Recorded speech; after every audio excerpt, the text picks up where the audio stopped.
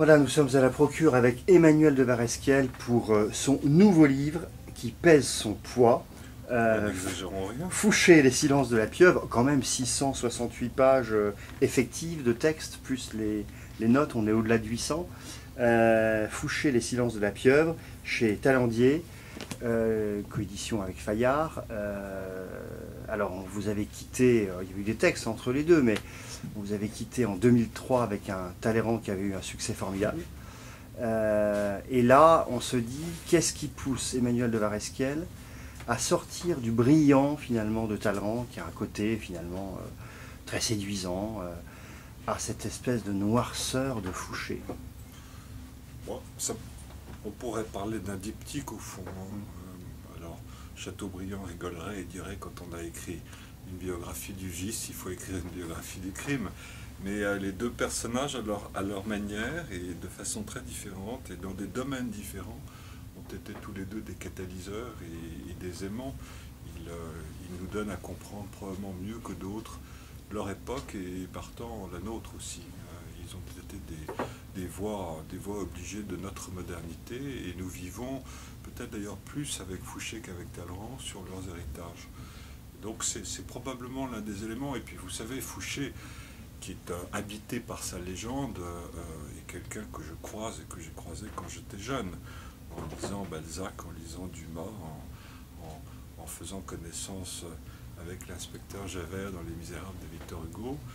Et puis, au fur et à mesure de mes travaux d'historien, de mes travaux même sur la Restauration, de mes travaux sur le XIXe siècle, de mes recherches sur Talleyrand, je l'ai évidemment croisé. Au bout d'un certain temps, j'ai pris la décision de l'empoigner. Mais ça a été une décision difficile à prendre, parce que le personnage est infiniment plus mutique, dissimulé que ne l'était Talleyrand. Talleyrand a détruit ses archives en amateur, on peut dire ça comme ça, de temps en temps, quand la nécessité s'en faisait sentir, alors que Fouché a détruit en grand policier. Il a systématiquement, en professionnel, détruit ses archives, d'où d'ailleurs une partie du sous-titre du livre, Les Silences. Les silences de Fouché, ce sont les sources, elles gisent encore là, les traces de l'éternelle armure, disait Breton.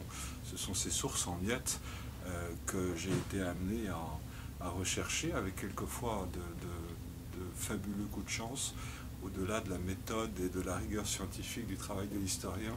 Il y a quelquefois des sortilèges comme ça qui vous habitent ou qui vous tombent sur la tête et qui vous permettent d'avancer. Le déclic en ce qui concerne Fouché, ça a été un coup de téléphone de descendant d'un notaire parisien qui possédait des fonds tout à fait inédits de Fouché, qui avaient été légués par son fils à son ancêtre, notaire parisien, contre des remises de dettes.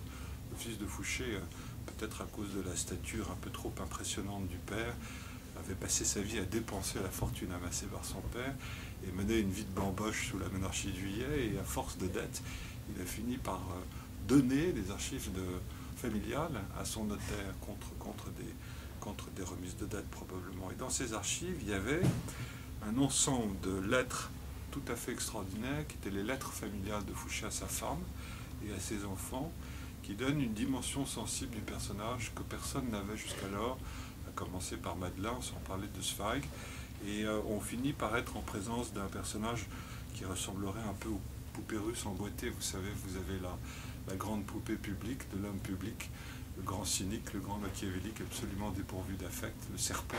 Et puis à l'intérieur, vous avez une petite poupée d'un Fouché tout à fait différent, qui est une espèce de père Goriot avec ses enfants, qui s'abandonne à ses enfants, qui est d'une très grande sensibilité, qui se laisse même dépasser par ses enfants, et qui les aime profondément. Et ça conduit évidemment, ou ça nourrit, ça enrichit une réflexion qui a été probablement l'un des fils conducteurs de cette biographie, qui est une réflexion psychologique sur le personnage, qui paraît extrêmement important.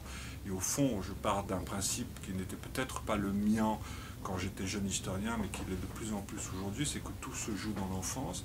Et je me suis interrogé sur les failles éventuelles qui auraient pu traverser cet enfant, cet adolescent, à travers son éducation à Nantes, issu de cette petite famille de la bourgeoisie des environs de Nantes, né en 1759, et je me suis aperçu au fond que ce jeune Fouché vit dans la solitude et dans la mort.